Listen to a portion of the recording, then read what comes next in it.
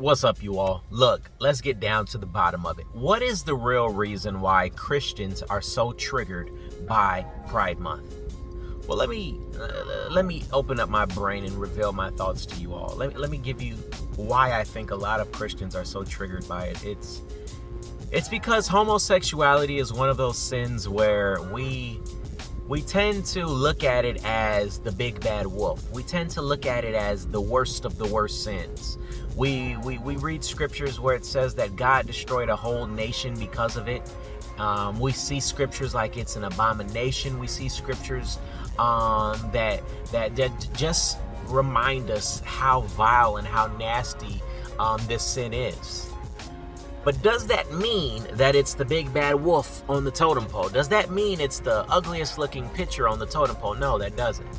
I mean, you can have a sexual addiction that's not homosexual, that's not a sin of homosexuality, and be way worse off than the homosexual one, the homosexual person. Why?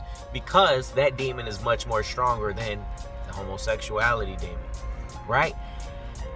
And so I think the reason why a lot of Christians get so triggered by it, because it's one of those sins where it's like, well, I'm not dealing with it, so it's easier for me to look at that sin and judge you, right? It's so easy to look at the flaws in our brothers and sisters, right? Just like Matthew 7 reminds us, judge ye not lest ye be judged. But with the same judgment you judge, you're going to be judged with that sin by someone else. And so be careful, because the same way you're judging other people, you just better hope you don't have those tendencies in your spirit, right? And I'm coming to tell you today, saints, that Jesus, God, did not destroy Sodom and Gomorrah because of their homosexuality. He destroyed them because of their sexual immorality. You go reread that story and you'll see it yourself.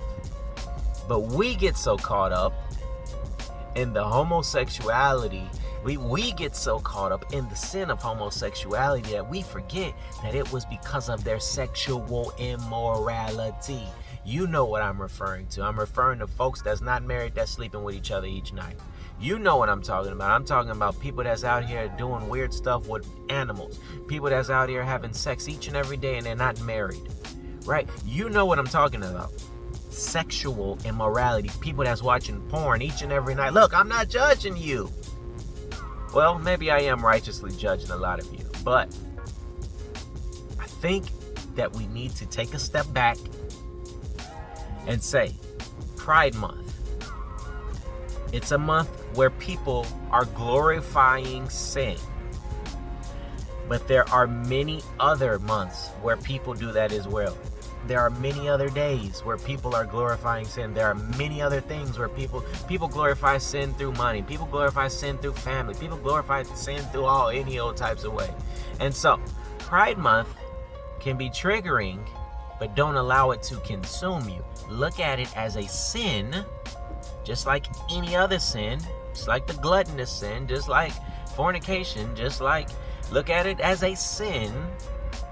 And instead of compromising, see, people think that it's got to be just black or white. No, instead of compromising, you show compassion, you stand firm on the truth, you speak on those things, but you wrap it in love. And when that's my thing in life. There's so many people that's out to get folks that speak truth on what they believe in. They're out to get folks to denounce their true thoughts and feelings towards things. Politics has exposed a bunch. And I've been learning that there's a huge culture in society today that if you mess up, you're going to be ridiculed. If you speak up for what you believe in and it's against the norm of this world, you're going to be canceled. But saints, you aren't defined by what people think of you. You are defined by what God thinks of you. And so, stop letting Pride Month be so triggering to you. Let sin, even for myself, I'm speaking to myself now even. I let sin become so triggering in my life. I be like, man, why you hanging out with them? They filled with sin, right? And I get so triggered when I'm around folks that's in sin. But the more you pray, the more you'll have a heart of God that sensitizes you and says to you that these people are still souls at the end of the day who need Jesus. And I was once a soul that needed Jesus and that needed to be rescued. And I just wish someone was praying and loved me so much so to tell me in such a way that it was led by God and not by flesh. Stop letting these things trigger you and start looking to God for the answers that people are needing in today's society. I'm out.